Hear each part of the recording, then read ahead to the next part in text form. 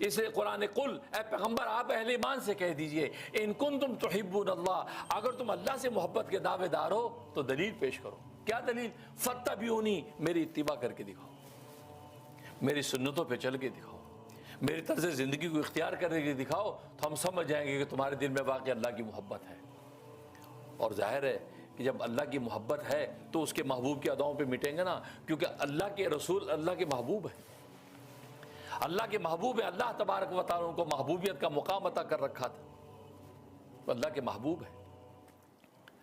تو اس لیے فرمایا کہ اس محبوب کے لیے، تو اس محبوب کی ادائیں پہ جب آپ مٹتے ہیں تو اللہ تبارک و تعالیٰ آپ کو اپنا محبوب بنا لیتے ہیں۔ فرمایا یحببکم اللہ، تم رسول اللہ کی سنتوں پہ مٹو گے، فرمایا اللہ تم سے محبت کرنے لگیں گے، اس لیے تم محبوب کی ادا پر مٹے ہو تو ہم بھی تمہیں محبوب بنا لیتے ہیں۔ اسی کو شاعر کہہ رہا ہے کہ محمد سے وفا تو نے تو ہم تیرے ہیں۔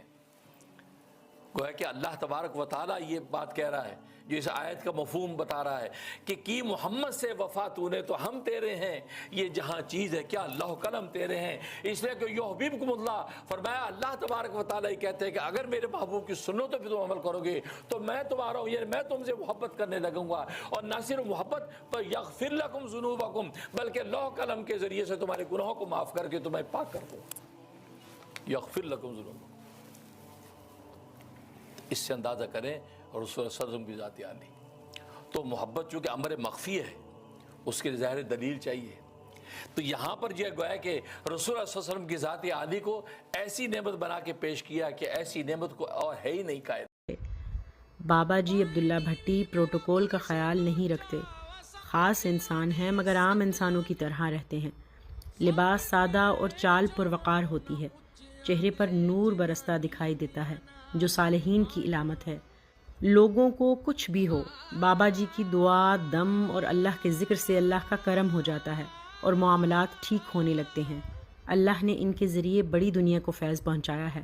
مخلوق خدا کی بھلائی اور رہنمائی کے لیے آپ کا وجود ایک بہت بڑی نعمت سے کم نہیں۔ فرماتے ہیں اللہ کو راضی کرنے کے لیے انسانیت کی خدمت کریں، کیونکہ خالق اپنی مخلوق میں پایا جاتا ہے۔ ہم خوش نصیب ہیں کہ عہد عبداللہ بھٹی میں زندہ ہیں اور آپ سے فیض یاب ہو رہے ہیں۔ اللہ تعالیٰ آپ کا سایہ ہمارے سروں پر ہمیشہ قائم رکھے اور ہم آپ کی دعاؤں اور توجہ میں رہیں۔ آمین ثم آمین۔